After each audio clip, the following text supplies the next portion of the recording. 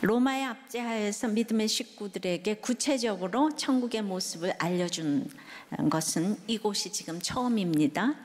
자, 새하늘과 새 땅은 어떤 나라일까요? 첫째로 처음 하늘과 처음 땅이 없어진 나라입니다. 전혀 새로운 나라입니다. 1절입니다. 또 내가 새하늘과 새 땅을 보니 처음 하늘과 처음 땅이 없어졌고 바다도 다시 있지 않더라. 베드로서 3장 12절에는 그날에 하늘이 불에 타서 풀어지고 물질이 뜨거운 불에 녹아지려니와 우리는 그의 약속대로 의가 있는 곳인 새하늘과 새 땅을 바라보도다 했습니다. 지난주에 곡과 마곡의 전쟁은 이제 로마 시대의 핍박 속에서 이렇게 로마를 알아듣지 못하게 상징적인 언어로 써야 하기 때문에 그동안에 무슨 1600 스타디온, 아마겟돈, 또 이제 곡과 마곡의 전쟁으로 이렇게 바꿔가면서, 왜냐하면 또 알아먹으면 안 되잖아요, 그들이. 다 똑같이 이건 이제 가장 힘든 전쟁을 이렇게 뜻합니다. 이제 마지막 때가 되면 체질이 뜨거운 불에 풀어지는 곡과 마곡의 전쟁으로 현재 우리가 경험하고 있는 처음 하늘과 처음 땅이 사라지고 지금까지 우리가 경험하지 못했던 새하늘과 새 땅이 이제 펼쳐진다는 것이에요. 이사야가 700년 전에 예수님의 초림을 얘기하고 이루어졌잖아요. 예수님 오셨어요. 그리고 이제 그러면 재림도 반드시 이루어질 것입니다. 근데 이걸 우리 가운데 이렇게 적용을 하면 여러분들 가운데 예수님이 초림하셔서 새하늘과 새 땅이 시작되었다면 이제 재림하시면 새하늘과 새 땅이 완성될 것이라는 거죠. 근데 이제 우리의 삶에서 그게 끝나는 거죠. 그게 지금 이 시대에 이루어질 수도 있겠지만은 우리가 죽는 게 마지막이니까 우리 인생의 초림과 재림은 이제 다 이루어지는 거예요. 초림이나 재림은 천지가 개벽하는 일입니다. 전혀 알지 못했던 새하늘과 새 땅을 보게 되는 거예요. 물론 새하늘 새 땅은 미래의 어느 날 우리 성도들에게 주어질 공간적이며 장소적인 것이기도 합니다. 그러나 성경은 지금 이 가시적인 역사와 이 처음 땅 처음 하늘 아래에도 새하늘과 새 땅이 와 있다라고 얘기하고 있습니다. 새하늘과 새 땅에서 이 새에 해당하는 헬라어 카이노는 시간적으로 새롭다는 뜻이 아니라 질적으로 완전히 다르다는 뜻을 가진 단어입니다.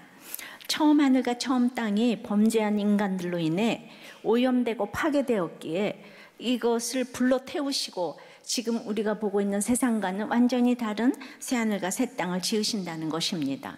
그래서 이게 소멸보다는 갱신을 말해요. 지금의 우주와 전혀 다른 차원의 새로운 것이 아니라 연속성을 가지고 있는 이제 이 주장이 갱신설인데, 그 첫 창조의 세계를 버리시는 것이 아니죠. 그러니까 악은 어떤 모양이라도 버리라고 했는데 악이 다 소멸되고 나면 악에서 건짐받은 부분은 회복시키실 것이라는 거예요. 그러니까 마지막 날에는 하나님이 거하시는 하늘과 인간이 거하는 땅이 연합될 것이고 하늘과 땅과 바다의 이 악의 세력들이 다시는 발붙이지 못하고 이제 떠나갈 것이라는 거예요. 자, 이 얘기는 구원이 확실해지면 세상은 더 이상 나를 흔들지 못한다는 거예요. 세상의 모든 것은 나를 위해 훈련시키기 위해 존재하다가 내가 완전해지면 그동안 내가 두려워하면서도 부러워했던 것 중에 하늘과 땅과 바다라도 없어지고 사라질 것들이라는 것입니다. 그러니까 이걸 모르니까 이렇게 부러운 게 많고 두려운 게 이제 많습니다. 자, 이제 더 쉽게 생각해 보겠어요. 전도서 1장 8절서부터 10절까지 보면 모든 만물이 피곤하다는 것을 사람이 말로 다 말할 수는 없나니 눈은 보아도 족함이 없고 귀는 들어도 가득 차지 아니하도다. 이미 있던 것이 후에 다시 있겠고 이미 한 일을 후에 다시 할지라. 해 아래는 새 것이 없나니 무엇을 가리켜 이르기를 보라 이것이 새 것이라 할 것이 있으랴. 우리가 있기 전 오래전 세대들도 이미 있었느니라. 이 세상에서는 새로운 것이 없습니다. 그렇다고 톤비가 말하는 순환적 역사가는 아닙니다. 인간 내면 속에 잠재된 죄악들은 언제나 반복되고 그 가운데 우리는 우리 자신의 거짓된 모습을 인정할 수밖에 없습니다. 그래서 끊임없는 인과 나팔과 대접재앙을 통해서 나의 남은 부분들을 회개케 하시며 성숙케 하십니다. 우리가 인재앙으로 나팔재앙 맨날 3분의 1이 남았고 뭐가 남았고 기억나시죠? 예. 그러다가 마지막 큰 전쟁이 와서 세상을 내려놓고 드디어 새하늘 새 땅에 입성을 했다는 것이에요. 성경은 죄가 들어온 세상은 멸망한다고 줄기차게 말씀합니다. 죄에 오염된 이 세상에서는 그러니까 누구도 영원히 살 수가 없는 거예요. 영원히 살 것처럼 그러는 거는 정말 어리석은 거죠. 근데 죄의 문제는 곳곳에 침투해서 그냥 집안 돌아가는 것도 큰일이고 이 나라도 큰일이고 한국교회도 요즘에 소망이 없다는 소리를 합니다. 인간이 복되게 살지 못하는 것은 돈이 없어서가 아니죠. 병 때문도 아니에요. 무엇을 더 소유하지 못해서도 아닙니다. 죄 때문입니다. 새하늘과 새 땅은 바로 이 죄가 없는 곳입니다. 그런데 말이죠, 이 죄를 보는 것이 죽은 자를 일으키는 것보다 더 위대하다고 했으니까 가장 힘든 싸움인 거예요. 그러니까 인간의 힘으로 죄를 볼 수가 없어요. 이게 난공불락의 성이에요. 그래서 곡과 마곡의 전쟁이 필요한 거예요. 내 죄를 보라고. 입으로는 죄의 고백을 쉽게 합니다. 내가 교회를 전 4대째고 또 이렇게 오래 다니다 보니까 그 교회도 나오고 큐티도 하는데 사람들에게 가장 힘든 것이 자기를 죄인으로 인정하는 일이더라고요. 내가 의로워지려고 할수록 자기 자신에 대해서 절망하는 자리까지 가야 해요. 근데 바로 그 자리가 새하늘, 새 땅인 것입니다. 악한 행동을 했냐 아니냐는요, 하늘에서 땅만큼 수준이 아주 낮은 이야기예요. 죄인이 되었다는 것은 하나님의 영광의 수준에서 땅으로 떨어진 것입니다. 그러니까 누구도 하나님의 영광의 수준으로 올라갈 자는 단 한 사람도 없습니다. 근데 율법을 행하면서 하나님을 찾는 것이 아니라 다 자기를 높입니다. 그러니까 율법에서 범위를 정해주면 그 행한 만큼 또 자기를 높입니다. 그러니까 아이가 너무 몰라서 수련장 10장만 풀어라 그러면은 사실은 10만 장, 100만 장 풀어야 되는데 10장 풀었다고 그렇게 잘난 척을 해요. 이제 하늘에 계신 자가 보고 웃으시며. 그래서 그러니까 우리가 성경을 보면서 죄를 못 보면 자기를 드높여요. 생색을 냅니다. 날이 갈수록 하나님의 수준에 도달할 수가 없습니다. 그래서 주여 나는 죄인입니다. 아무것도 할 수 없습니다. 알게 되는 거예요. 그러나 주님은 이런 나 같은 죄인을 구원하기 위해서 설득하러 오시지 않았어요. 죽으러 오셨습니다. 원죄 심판을 받아 마땅한 우리들이지만 하나님이 불쌍히 여기셔서 사랑하고 택하셔서 죄에서 구원하시기 위해 구속자를 보내신 것입니다. 쉽게 말하면 새하늘과 새 땅은 죄가 보이는 나라예요. 근데 이제 이상한 천국론에 심취해서 신천지에서는 신천지 교회가 꼭 천국이니까 그냥 이 새하늘과 새 땅은 신천지라고 얘기해요. 그리고 없어질 처음 하늘과 처음 땅은 신천지 교회를 제외한 모든 교회를 없어질 처음 하늘과 땅이라고 이렇게 주장을 합니다. 아닙니다. 근데 신천지뿐 아니라 하나님과 올바른 관계를 위해서는 물불을 안 가려도 된다는 이상한 열심 때문에 가정생활, 사회생활이 엉망인 교인들이 많습니다. 그래서 교회를 열심히 나가면서도 부부생활이 문제가 있고 이혼을 해야 한다고 굳게 결심을 합니다. 부모, 형제가 모두 신자인데도 모두가 이혼을 권유하고 그리고는 그 주위에 이혼해서 잘된 케이스가 있답니다. 주여, 잘된 것이 무엇입니까? 이 처음 하늘과 땅의 가치관을 가지고 있기 때문에 변하지가 않아요. 하나님은 거룩하시기에 우리도 거룩을 위해서 삶에서 주어지는 적용을 하고 순종을 해야 되는데, 그 순종이 하기 싫어서 내 알량한 지식으로 율법으로 이거를 불의로 진리를 이제 막는 일을 하는 것이에요. 우리 식구, 목장 식구, 교회가 안 변하는 이유는 섬김이 없고 자기 약점을 인정하지 않고 가르치려고만 하는 사람들이 많기 때문입니다. 그 화목제물은 바로 이런 것이에요. 어느 공동체나 섬기면서 자기의 죄를 보고 약점을 인정하는 한 사람이 있다면 바로 그 한 사람이 곡과 마곡의 전쟁을 거친 새하늘과 새 땅에 거하는 사람인 것입니다. 처음 하늘과 땅과 바다의 권세를 물리친 사람이기 때문입니다. 이런 사람은 목자가 아니라도 상관이 없어요. 여러분, 이런 한 사람이 되시기를 축원합니다. 적용해 보세요. 여러분은 새하늘과 새 땅에 거하고 있습니까? 즉, 자기 죄를 보고 인정합니까? 사건마다 늘 변명을 하는 빈도는, 변명을 합니까 안 합니까? 이런 문제 이렇게는 질문 안 해요. 변명을 하는 빈도는 몇 프로입니까? 자, 이렇게 두 번째, 새하늘과 새 땅은 공동체로 단장하는 나라입니다. 왜냐하면 천국이 가시적으로 보이는 것이 공동체이기 때문이에요. 2절 3절입니다. 또 내가 보매 거룩한 성 새 예루살렘이 하나님께로부터 하늘에서 내려오니 그 준비한 것이 신부가 남편을 위하여 단장한 것 같더라. 내가 들으니 보좌에서 큰 음성이 나서 이르되 보라, 하나님의 장막에 사람들과 함께 있음에 하나님이 그들과 함께 계시리니 그들은 하나님의 백성이 되고 하나님은 친히 그들과 함께 계셔서. 자, 이제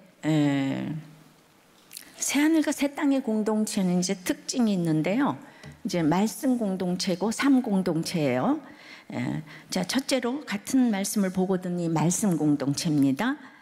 2절에도 내가 보매, 3절에도 내가 들으니라고 했는데, 죄는 말씀과 공동체 아니면 이게 도저히 볼 수가 없는 거예요. 핍박이 절정에 달했을 때 계시록 처음부터 예언의 말씀을 듣고 지키는 자가 복이 있다고 하시고 절마다 보고 들으라고 하셨는데, 하나님 보좌의 말씀이 보고 들리지 않으면 새하늘과 새 땅이 보이지 않습니다. 새하늘과 새 땅은 세상 가치관이 아니기 때문에 하나님 나라의 가치관을 날마다 이렇게 보고 듣지 않으면 새하늘 새 땅이 이마다가 도로 가게 될 수가 있어요. 보고 들은 말씀으로 우리는 하나님께 아뢰고 기도하고 또 나누고 이래야 돼요. 그러니까 우리들 교회가 아무리 바빠도 그날 말씀으로 본문 이렇게 보고 들으니까, 그렇게 15년을 지나다 보니까 목장인도 어떤 기도면 기도, 찬양이면 찬양, 상담이면 상담, 다들 이렇게 너무나 잘합니다. 새하늘 새 땅에서 말씀을 보고 듣는 것은 너무 중요합니다. 요즘 우리 사무엘아 큐티하지 않아요? 근데 다윗이 이제 3만 명을 동원해서 언약궤를 이제 가져오려고 하다가 우사가 죽었어요. 3만 명을 동원해서 어마어마한 지금 파티를, 정말 이벤트를 하고 있는데 이해가 안 되잖아요, 그죠? 이해가 안 돼요. 근데 이렇게 이해가 안 되는 일도 성경을 보고 들으면 답이 다 있어요. 자, 성경을 보니까 민수기 4장 15절에 행진할 때에 아론과 그 아들들이 성소와 성소의 모든 기구 덮는 일을 마치거든 고앗 자손들이 와서 매일 것이니라. 그러나 성물은 만지지 말라, 그들이 죽으리라. 그러니까 여기에서 그 성물은 고앗 자손이 메어야 되고 그 다음에 절대로 만지면 죽는다고 써 있잖아요. 그러니까 두 가지 큰 실수를 했어요.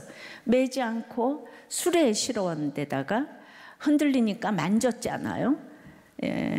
이렇게 실수를 했는데, 문제는 하나님은 이 실수를 크게 보는데 이스라엘은 실수가 뭔지도 모르고 알아도 그까짓 것 이러는 거예요. 그래서 깨닫지 못하기에 하나님은 할 수 없이 우사를 죽이셨어요. 다윗이 그렇게 거대하게 행진을 하는데 누가 다윗을 가르칠 수가 있겠어요? 그럼 왜 그렇습니까? 그 엘리제사장 시대에 그 언약궤를 그 부족처럼 블레셋 전쟁터에 보냈다가 이제 그 물질 문명의 블레셋 우상 가운데 70년간 머물렀어요. 예, 매우 오고자 했지만 이 바알의 세상때가 너무나 많이 묻어 있는 거예요. 그러니까 수레에 블레셋 방식으로 궤를 메우는 잘못을 틀렸다고 생각하는 사람이 이스라엘 백성 중에 아무도 없는 거예요. 다윗부터. 여기가 말씀 공동체 같지만은 말씀이 없어서 지금 이스라엘이 패하고 사울이 죽고 전쟁에 지는 모든 일을 당했는데도 깨닫지를 못해요. 자, 20년 교회 다녔으면 성경을 알아야 하는데 성도들이 성경에 진짜 무식한 경우를 많이 보게 되는 거예요. 그래서 인간적으로 자꾸 뭘 답을 찾고 이래요. 우리도 교회의 수많은 전쟁에서 구체적인 말씀으로 회개하며 모두 살아났어요. 읽고 보고 듣고 하기에 망해서 왔어도 살려주셨어요. 그러니 새하늘 새 땅은 이런 말씀을 같이 보고 듣는 공동체여야 한다는 것입니다. 얼마나 구체적인 말씀의 인도가 나라를 살리고 교회를 살리고 가정을 살리고 나를 살리는 것인 줄 모릅니다. 직통계시 시대는 지났어요.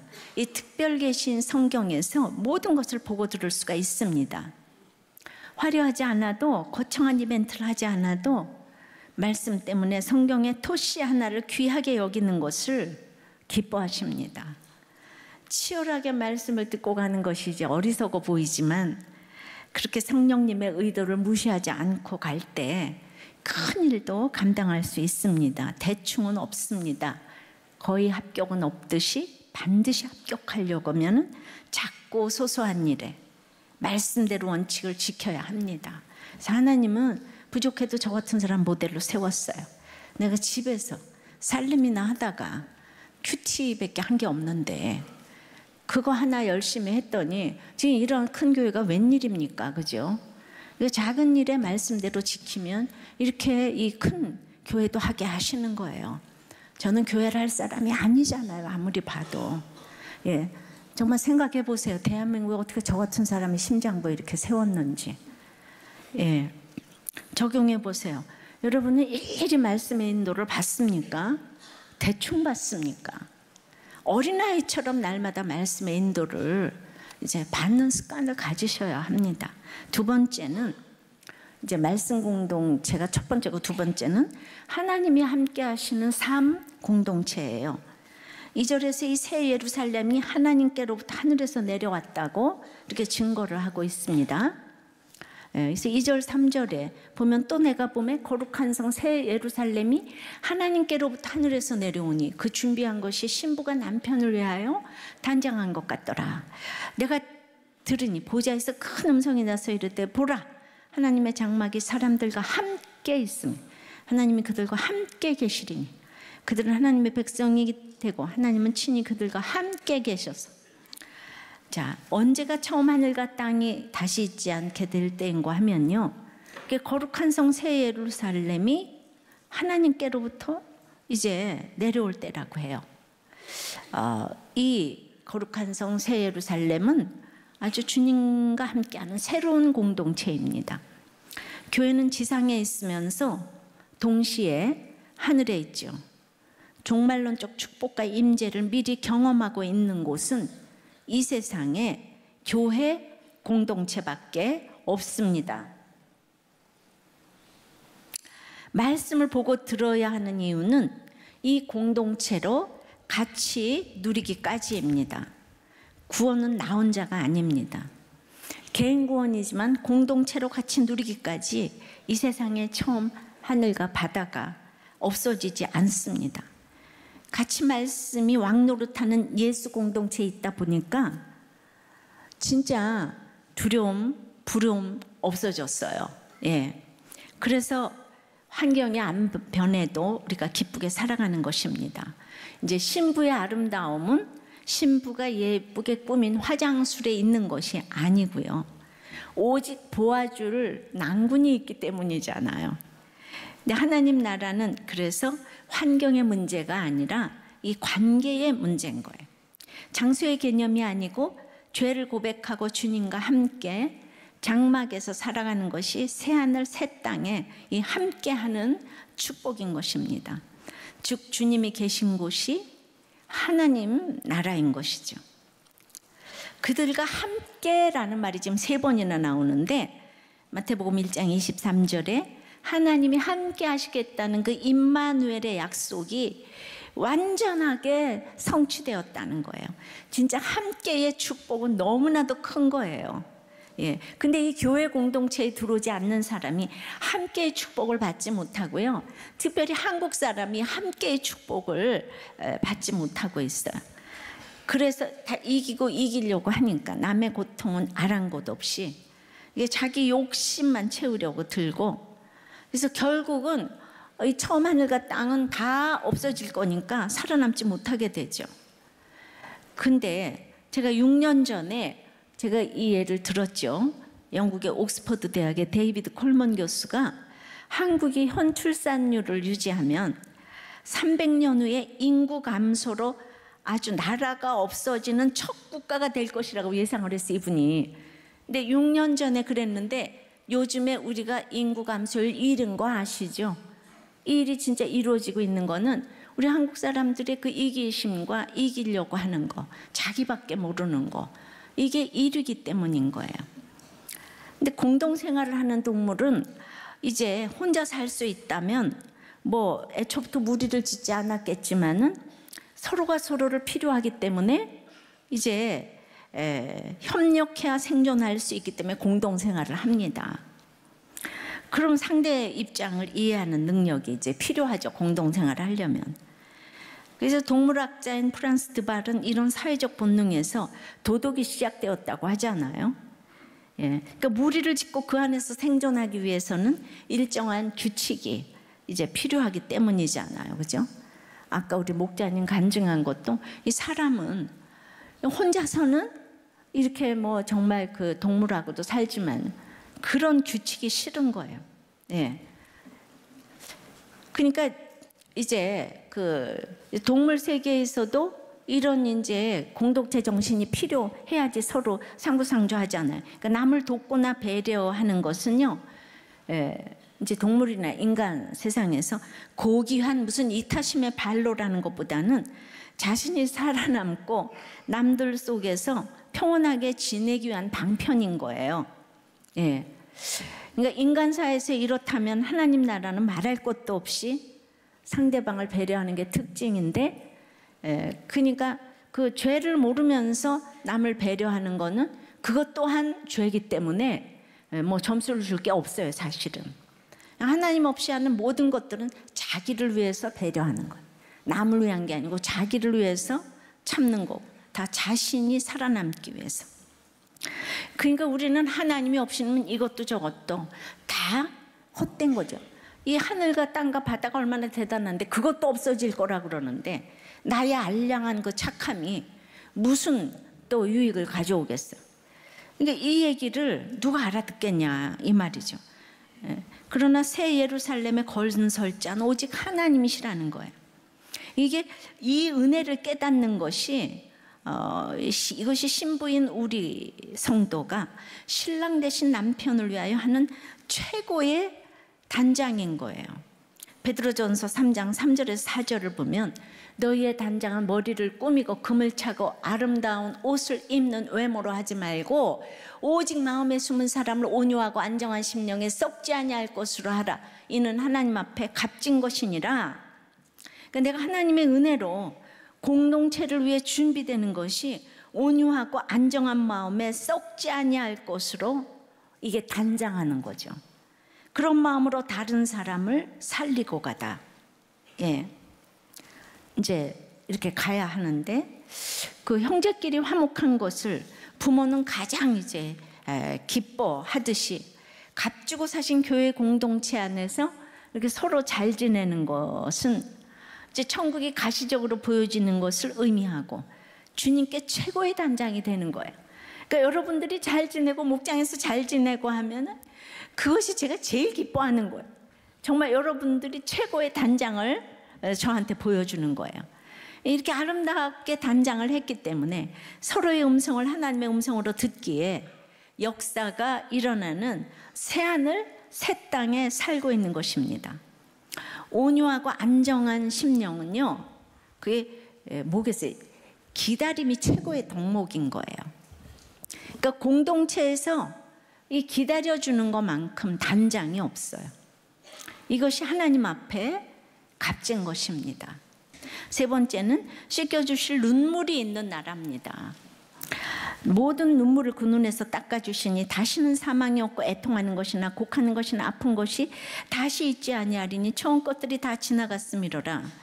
예, 자, 새하늘과 새 땅에 거하려면 하나님이 씻겨주실 그 눈물이 있어야 합니다. 여기서의 눈물은 어떤 일을 실패하고 흘리는 후회의 눈물이 라기보다는 이 땅에서 성도들이 믿음을 가지고 사명 감당하려다가 흘린 눈물로 보아야 합니다. 예수님은 애통하는 자는 복이 있나니 위로를 받을 것이라 했어요.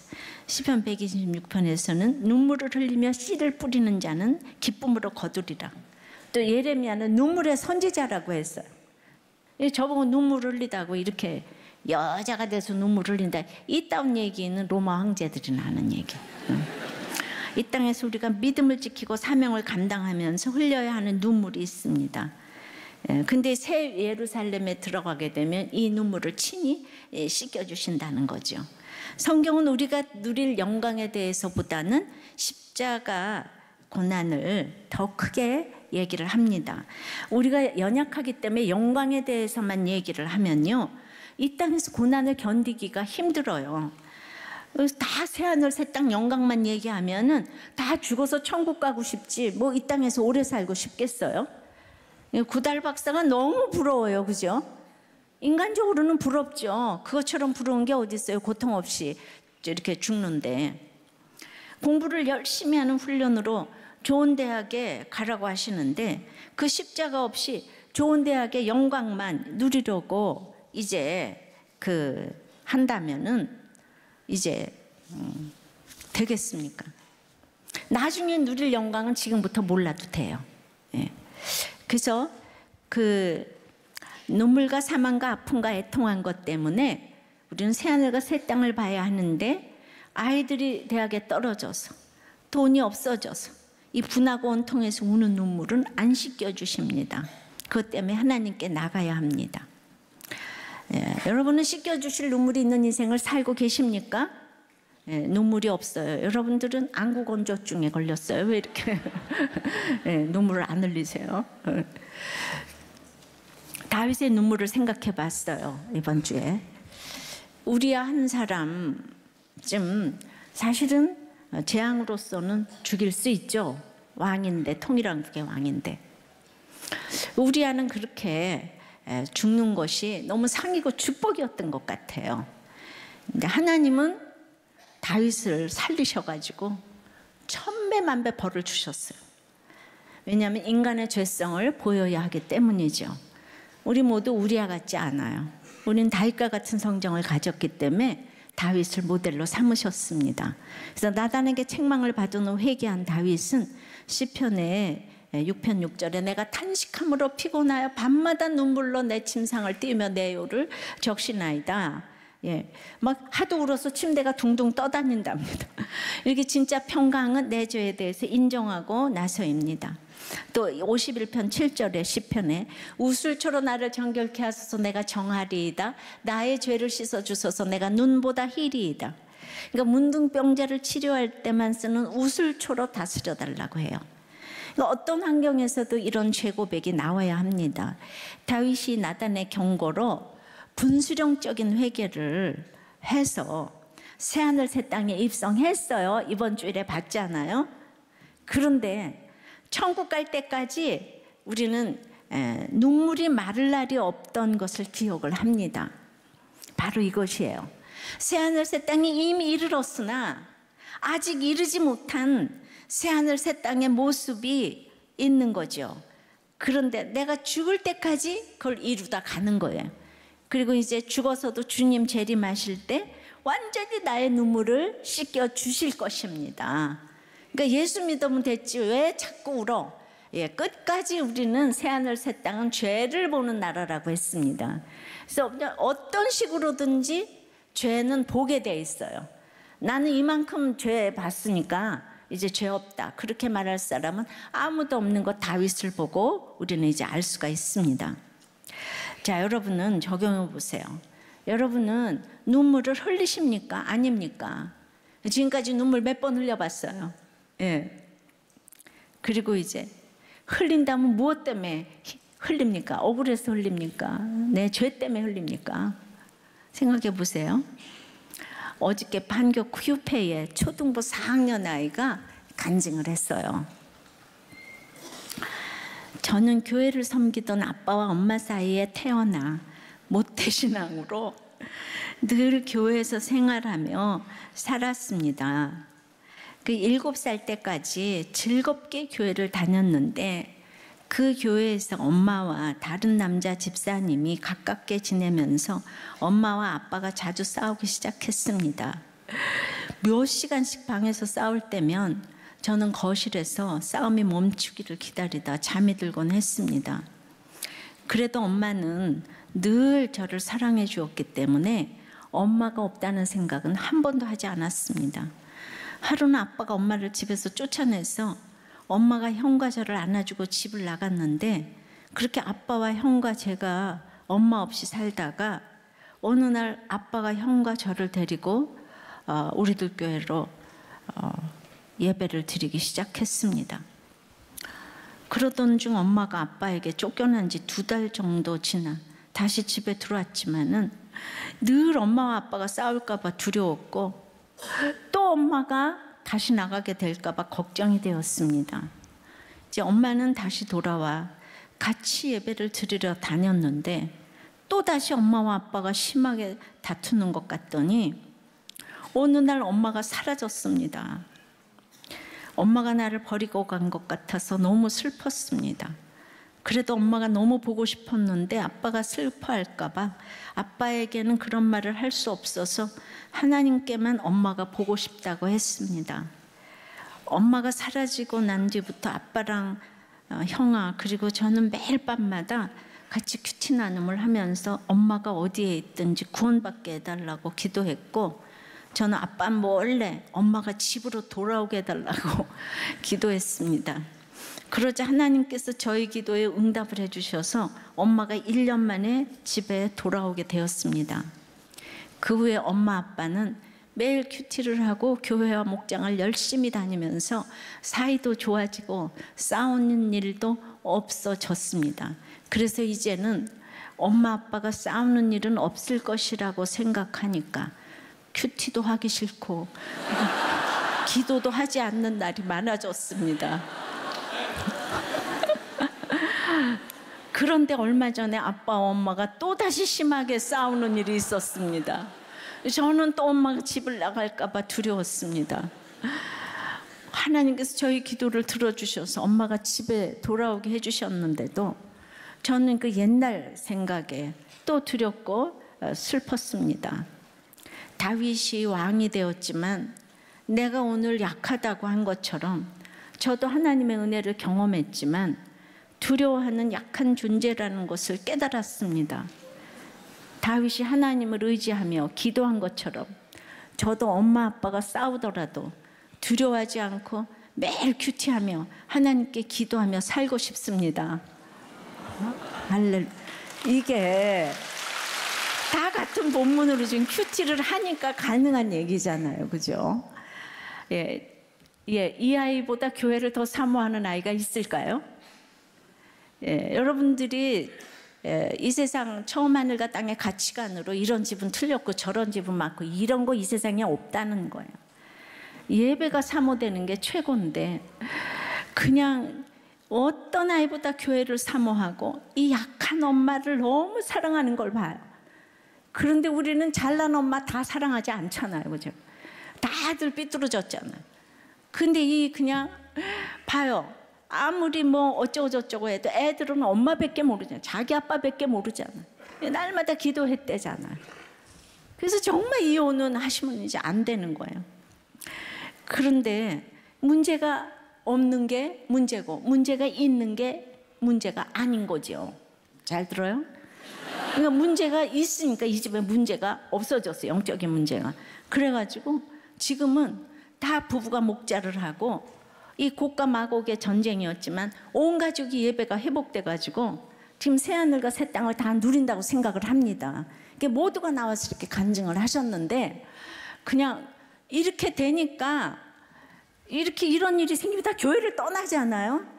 한국 교회에 대해서 이럴 때 교회가 살리라고 제가 이렇게 목욕탕 세미나를 하고 이러는 건데 멀리에서 이렇게 오지 않아도 될 정도로. 그렇지만 이제 살아야 되니까 교회 다 살러 가잖아요, 그죠? 교양으로 어떻게 멀리서 오겠습니까? 그래서 이제 무엇이 그 새하늘과 새 땅입니까? 바람 안 피고 잘 먹고 잘 살고. 그런데 여러분들 예배가 다 회복됐습니까? 아이들이 교회 열심히 나옵니까? 그래서 정말 새하늘과 새 땅에 거하는, 바로 이게 곡과 마곡의 전쟁이잖아요. 근데 여기서 새하늘과 새 땅이 임한 거예요. 이거 이해되십니까? 바로 이 간증이 오늘 이 모든 것들을 이렇게 보여주신다고 생각을 됩니다. 말씀을 맺겠습니다.